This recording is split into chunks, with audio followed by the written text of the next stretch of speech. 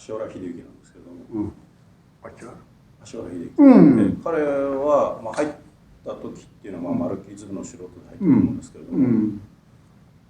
それはもうやはり先生が一からこう教えていってあれしたわけです。そう。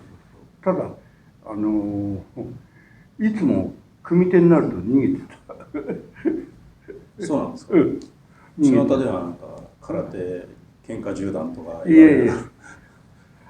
喧嘩十段っていうのは、もうこの間説明した通りね、四国を制覇するんで、森昌平先生の一番だから、それで芦原を即席に作り上げて。それってのはやっぱりあれですか、梶原一騎の力で、梶原一騎がその当時出ていた空手バカ一で、芦原秀行が後半では主人公になりながら、喧嘩十段とかそういう名前で、四国へ出ていったっていう。いやー、梶原一騎の影響ではなく、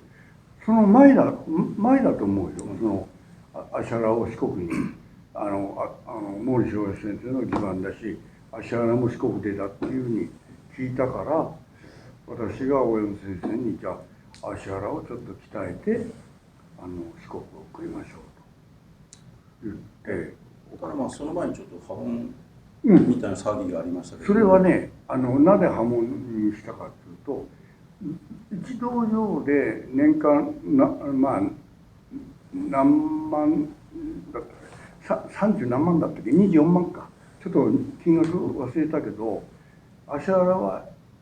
一つの道場でやって、それを認定料を払った支部として。ところがあと2つ作ってたの。そしたら全部で3つ払わなきゃいけないわけよ、支部料を。それをごまかしてたのをバレて、大山先生に破門されたわけ。それは僕今まだ書き足らないだろうと思うけど書こうと思ってる。それで芦原は泣きついてきたので、私のそのポスターを渡して「芦原カルテでやれ」と言ったのが始まりで、そのポスターをね探してんだけどね、本には出てるんだけど、どこに入っちゃってるのか今探してるポスターは。だから芦原は破門されたのは、要するに支部を3つ持ってるのに1つでごまかしたっていうことで破門された。でもそれも俺書こうと思ってるよ、ちゃんとね。息子には悪いけども。あとその芦原っていうと、そのさばきっていう独自のシステムがすごく空手長い有名ですけれども、そのさばきに関しては彼は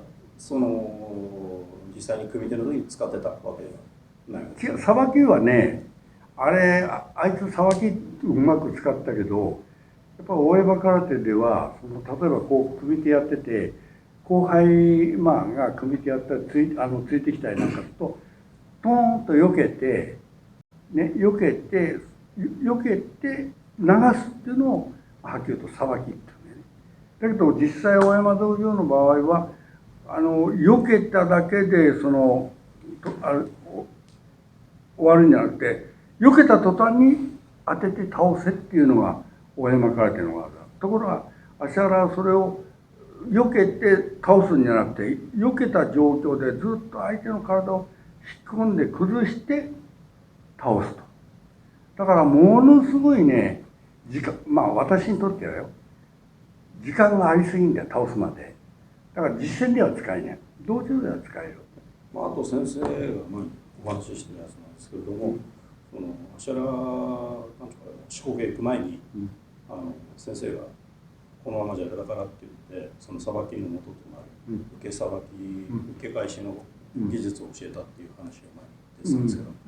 前蹴り来たのをさばいて、そう。それ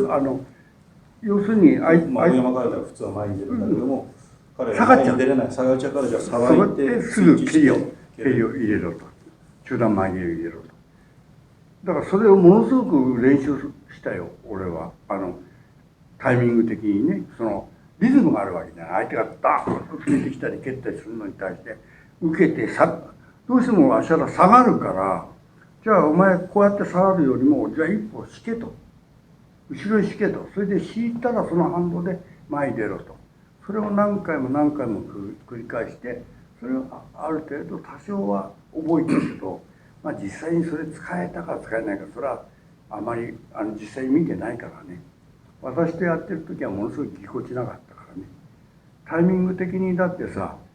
引き下がるっていうことはさ、相手に負けることだからね。私の場合は前に出る前に出ると、要するに相手が攻撃しようと思ったら瞬間的に前に入ってとどめを刺しちゃう。でもそれは大山先生が認めてたからね。